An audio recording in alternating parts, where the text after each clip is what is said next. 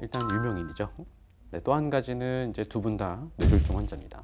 뇌졸중은 사실 이제 중풍이라고 하고 이해하시는 경우들이 많이 있고요. 사실 뭐 같은 의미로 해석을 하실 수 있습니다. 뇌졸중이라는 거는 뇌가 갑자기 명중, 적중할 때 이제 그 중자인데 뇌가 갑자기 한 대 얻어맞은 겁니다. 혈관이 막히는 것을 뇌경색이라고 하고 혈관이 터지는 것을 뇌출혈이라고 합니다.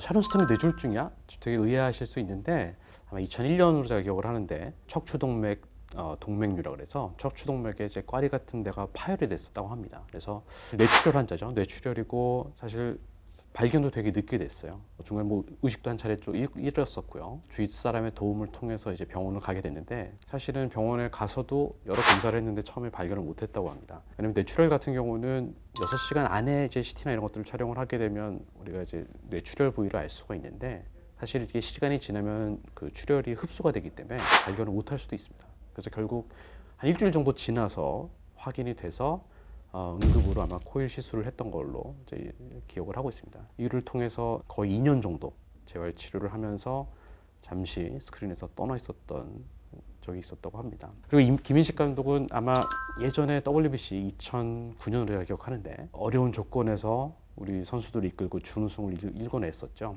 사실 김인식 감독은 그분 인터뷰를 보면 사실 그 전에 엄청 담배를 많이 피셨고 한 하루에 담배 한 3갑 정도 피셨다고 그렇게 했습니다.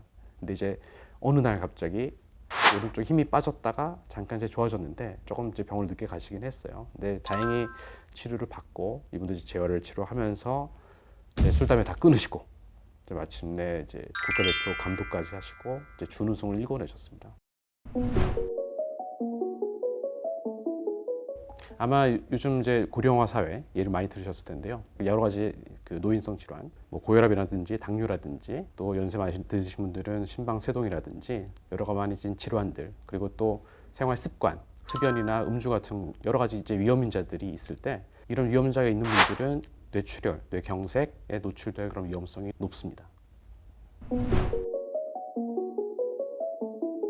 미국에서 이제 심장학회에서 이제 캠페인을 벌이고 있습니다. 사실 우리나라 그 뇌졸중학회에서도 이제 캠페인을 하고 있는데요. FAST라 그래서 FAAST 자인데요. F는 이제 face, 그러니까 얼굴, 안면에 이제 마비가 오는 증상. 예를 들어서 우리가 미소를 지었을 때, 우리가 입을 이 했을 때 한쪽이 처진다든지 했으면 이제 한쪽으로 이제 마비가 있다는 걸 우리가 알 수 있고요.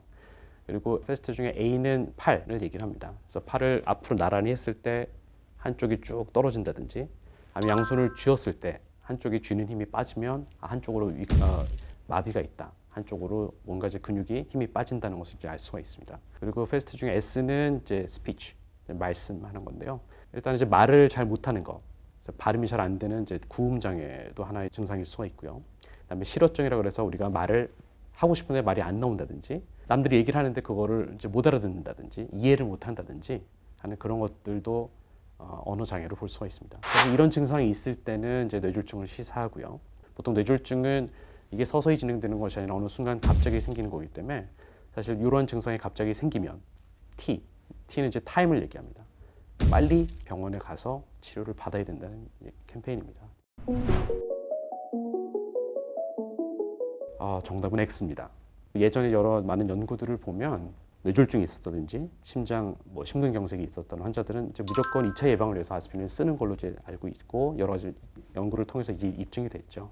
사실 작년에 큰 연구 3가지가 이제 발표가 됐는데요. 아스피린이 뇌졸중이라 심근경색이라든지 이런 사망률을 낮추는 효과는 있다고 되어 있지만 아스피린의 부작용인 출혈이 오히려 더 복용하는 환자들에서 많이 나타났기 때문에 사실 약간의 이득이 있다 하더라도 출혈로 인해서 그 이득이 상쇄되는 그런 결과들이 나왔습니다. 그래서 올해 초에 바뀐 가이드라인에서도 70대 이상에서는 무조건적으로 아스피린을 1차 예방으로 쓰는 것은 이제 금기하는 걸로 이제 바뀌었고요.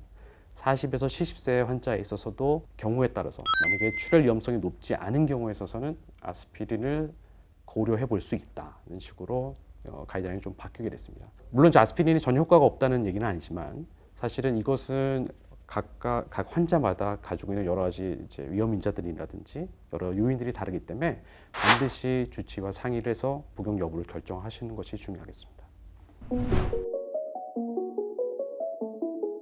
네, 정답은 O입니다. 사실 쉽게 생각하시면 이제 간접 흡연 비슷하게 보시면 됩니다. 우리가 이제 흔히 얘기하는 미세먼지는 머리카락 굵기 한 7분의 1 정도, 그다음 초미세먼지는 한 30분의 1 정도, 엄청 작은 입자죠. 직접 혈관에 노출이 될 수가 있습니다. 이게 이제 여러 가지 면역 반응을 일으킬 수도 있고, 실제로 혈관 벽을 손상을 시켜서 동맥경화나 이런 것들을 이제 악화시킨다고 돼 있어서 이런 것들이 결국 뭐 심장 질환이라든지 뇌졸중 이런 것들의 위험 인자가 되겠다고 여러 가지 입증이 되고 있습니다.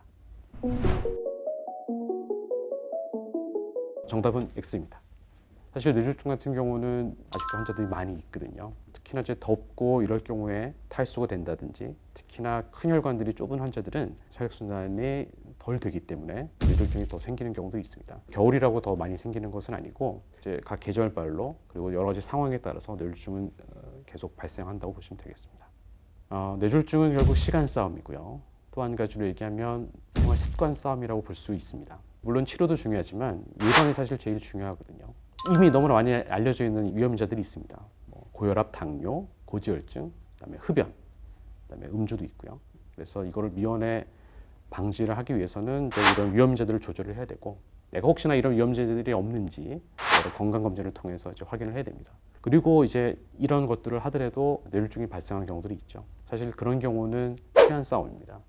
왜냐면 우리가 이제 골든타임이라는 게 있는데요. 예전에는 이제 3시간 안에 병원에 와야 혈전 용해제 같은 것들을 사용할 수가 있는데, 최근에 여러 연구를 통해서 이건 이제 4.5시간까지 늘어날 수가 있고, 요즘에는 이제 더 기술이 발달을 해서 실제로 혈관 안에 들어가서 혈전을 제거하는 시술도 진행을 합니다. 하지만 이것도 시간이 지나면 우리가 할 수 있는 것들이 별로 없습니다. 거의 1시간 정도 우리가 늦게 되면 그 수명이 3.6년 정도 단축이 되는 그런 효과를 가지고 있습니다. 그만큼 시간이 지나면 지날수록 뇌세포가 파괴가 되기 때문에 그 증상이 있을 때는 빨리 병원에 오셔야 되고, 사실 이를 위해서는 여러 가지 많은 시스템 그리고 여러 가지 많은 이제 치료와 어떤 그런 경험들이 있는 큰 병원에 오셔서 치료를 받아야 되겠습니다. 그래서 저희 의정부 성모병원은 이런 치료를 위해서 24시간 저희 의료진들이 그 시스템을 담당을 하고 있고, 물론 제일 중요한 것은 이제 예방이죠. 사실 예방 치료가 제일 중요하지만 이런 것들이 발생했을 때는 빨리 병원에 오셔서 적절하게 치료를 받으시는 것을 이제 권면드리겠습니다.